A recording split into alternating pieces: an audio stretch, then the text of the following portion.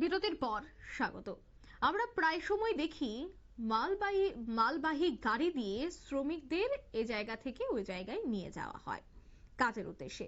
আর শ্রমিকরাও পেটের তাগিদে নিজের জীবনের কথা চিন্তা না করে পেটের তাগিদে কাজে যেতে বাধ্য হচ্ছে পরিবার প্রতিপালনের জন্য। কাজের ঠিকাদাররা অসহায় শ্রমিকদের প্রতিনিয়ত মালবাহী গাড়ি করে ঝাঁকে ঝাঁকে এক জায়গা থেকে অন্য জায়গায় কাজের জন্য নিয়ে যান। একবারও কি তারা ভেবে দেখেছে যে তারা কতটুকু সুরক্ষিত?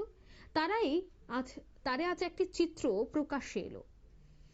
দেখা গেছে যে সাত সকালে একটি ছোট মালবাহী গাড়ি করে উদয়পুর মহকুমা গঙ্গাছড়া থেকে জামজুরি বাজারে আসার পথে মালগাড়ি উল্টে গাড়িতে থাকা 22 জন শ্রমিক ছিটকে পড়ে এতেই গুরুতর আহত হয় 17 জনের উপর এবং বর্তমানে তাদের চিকিৎসা হচ্ছে গোমতী জেলা হাসপাতালে। পুলিশ প্রতিনিয়ত দেখছে যে মাল গাড়িতে করে বহু শ্রমিক ঝাঁকে ঝাঁকে এক জায়গা থেকে অন্য জায়গায় কাজের জন্য নিয়ে যায়, কিন্তু কোনো আইনি পদক্ষেপ নিচ্ছে না। কি কারণে আইনি পদক্ষেপ নিচ্ছে না বা পুলিশের সামনে দিয়েও এভাবে যাতায়াতের ফলেও কেন পুলিশ বাবুরা চুপ থাকছেন, এর পেছনে কি রহস্য রয়েছে তা কিন্তু অবশ্যই প্রশ্ন চিহ্নের মুখে। তবে এই দুর্ঘটনাকে কেন্দ্র করে কি বলছেন সংশ্লিষ্টরা শোনাচ্ছি। যে ছবি আজ সকাল থেকেই ধরা পড়েছে তা কিন্তু রীতিমতো চাঞ্চল্য।